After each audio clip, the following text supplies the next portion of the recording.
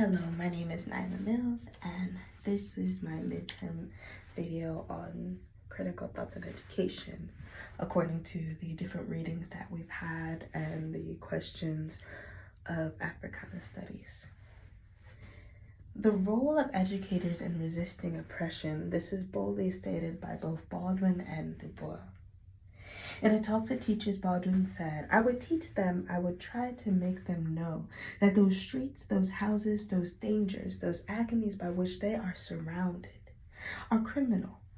I would try to make each child know that these things are the result of a criminal conspiracy to destroy him. I would teach him that if he intends to get to be a man, he must at once decide that his is stronger than this conspiracy. And then he must never make peace with it.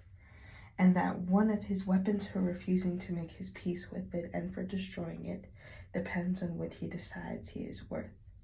Du Bois also says in Whither Now and Why, "I appeal to the members of this organization, first to teach the truth as they see it, even if they lose their jobs." Both of these men are saying that the role of an educator is to be a truth teller. The role of an educator is to put away the thoughts of the world and the country surrounding them, the thoughts that perpetuate oppression, that perpetuate intellectual dominance and servitude, and to put on the armor of truth. And to say that I will teach what is true, I will teach what is good, I will teach what is right, because what you have been telling me to teach is not there, it's not right. What you have been telling me to teach not only disenfranchises Black and minority youth, it also disenfranchises the white youth, those who believe a certain history of their own people, those who believe that they are righteous and more upholding than the others, who do not know the evils that have been put in place in their own history. Educational systems that I have encountered have not really reached this level of freedom, of intellectual freedom, of criticality. Educators that I've encountered are generally still rooted in the white man's education and the education of oppression. They still have the rote repetition and memorization and traditional philosophical thoughts and values. Even in the culture that I will be entering into myself, when the Korean culture, which is a different country, it's in a different country, their educational system is also rooted in oppression. We can see it over many different countries and many different views, that education itself, because there are many Western implications, many Western influences in education, education itself has been rooted in oppression, has been rooted in almost a jail type sense. In Korea, this is shown through hierarchical values. Not saying that hierarchical values are bad, but they perpetuate the thought that one person is better than another, just like in the United States and in Europe, white people were put above, and Black people and people of minorities were made to be called inferior. An educator must know and understand that there are multiple schools of thought. Even in reference to government, Du Bois propelled the thought that the United States should move on to a socialist or communist view of thinking. He says, to study socialism and communism and the philosophy of Karl Marx and his successors, to travel in the Soviet Union and China, then to dare take a stand as they honestly believe, whether for or against communism, to refuse to listen to the American propaganda without also listening to the propaganda of communism. He asks us to challenge our ways of thinking. He asks us to challenge what we've even grown up in. He asks us to challenge the educational views that we've grown up in, that we need to actually experience those that are unlike our own. He says to go to the Soviet Union or to China, experience what you originally had believed to be bad, and see if that's really true. He tells us to be critical, to think critically and not just think what others tell us to believe. We must also understand who is for us in this resistance and who is against us in this resistance. In Intellectual Warfare, Carruthers says those who have been waging the long war to liberate African history and culture have been fighting the following two battles: an international war against the European intellectuals who tried to oppress us, this is a paraphrasing, and a civil war against the colored colonial peoples, or colonized peoples, who even continue to perpetuate those thoughts of the Europeans because they have been brainwashed. He says that we have to fight against that, because if we don't understand who is against us, we won't know how to fight them. We won't know how to resist them. Now, I wanted to consult or consider the African civilization and resistance of external domination in a different light than what we've maybe learned in class. As you, of course, know that I have some biblical knowledge. I have roots in the Bible and in Christianity. And I wanted to kind of challenge a thought. In Intellectual Warfare, it says, throw away the image of the white man's God and begin to celebrate with our God who has given us life, power, and health and commanded us to do likewise. Now, in my thought process, when they say this, it can go either one or two ways. We can think of in the past, in the civil rights movement mainly, especially with Malcolm X and Elijah Muhammad, who perpetuated that, oh, Christianity, no, that is the white man's religion. We need to strip away from that. We need to leave it alone. And we should be in Islam is what they perpetuated. But I wanted to bring up the fact that even the thought of Christianity has been brought up in the African and ancient African communities in its own way. It has been brought up through the African communities, not by white people, not by white people. It did not begin by white people through the African community, but rather it began with an African man who decided that he wanted to be critical about what he had knowledge of and to learn more. In Acts 8:27 through 38, I will not read the whole entire thing, of course, because we're not preaching.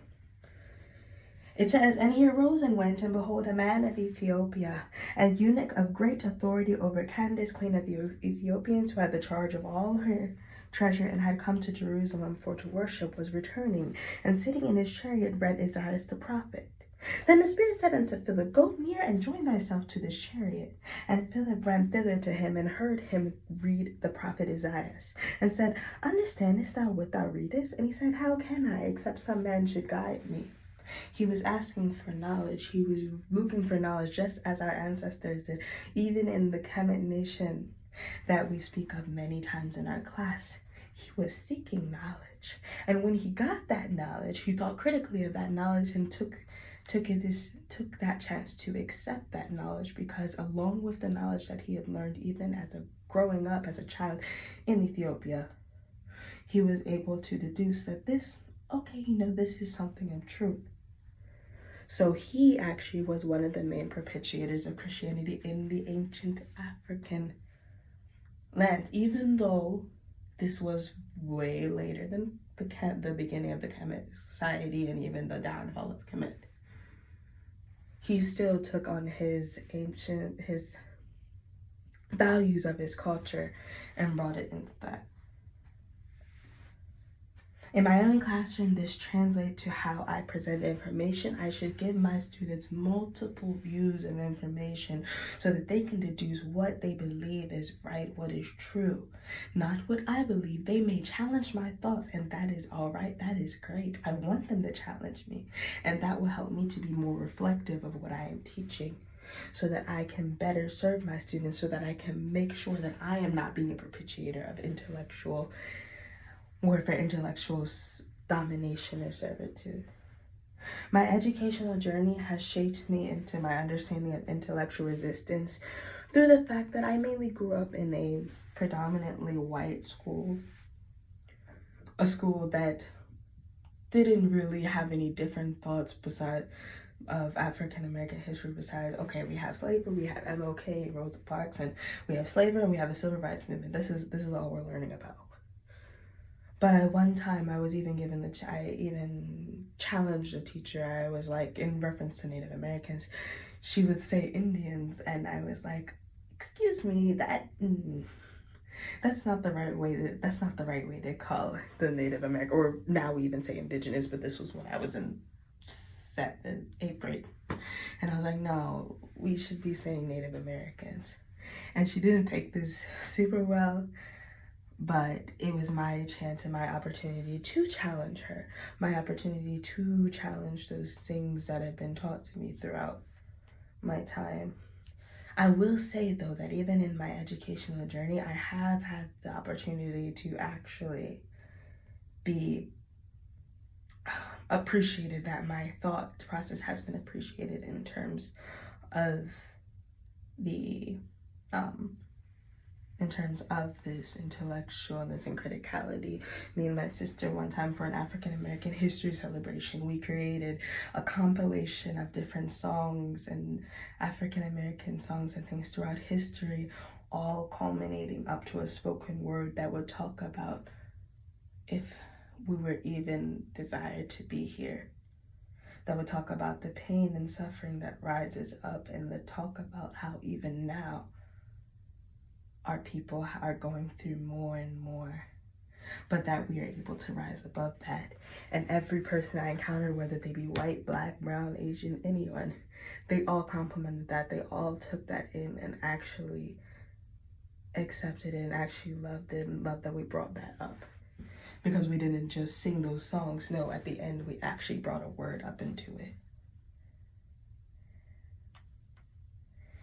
Now, the term Ma'afa represents the catastrophic disruptions experienced by African peoples due to slavery and colonization, but in intellectual warfare, he says we need to seek the divine speech, through good speech which is so divine that we can achieve our human purpose.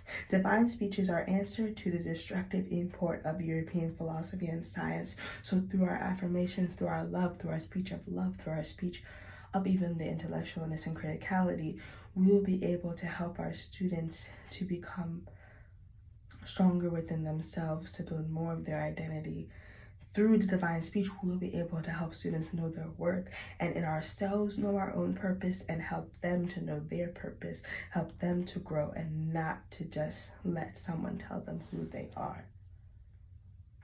And after I become empowered in myself, I am able to present different pieces of information, consulting multiple schools of thought and bringing them into schools. I will be willing, and have to be willing, to change curriculums that are designed to imprison the minds of my students that are so easy to be molded. I must be prepared for ways that students may challenge my own ways of thinking. As I said before, I must be able to accept it in love and in joy and happiness that they are even thinking with the critical minds to challenge me. I must be prepared to create a classroom where my students can experience joy and contentment in literature and learning. And overall, I must continue to ask myself this question of how I can empower and affirm my students, and therefore I ask the same of you. Continue to question, continue to think, continue to wonder, continue to love and promote joy, continue to learn, as this is how you will break the system of oppression. Now that was a bit long, and I hope it wasn't too long. It is kind of double the maximum amount, but I thought that all had to be said to show my critical thoughts. Thank you for listening, and have a great day.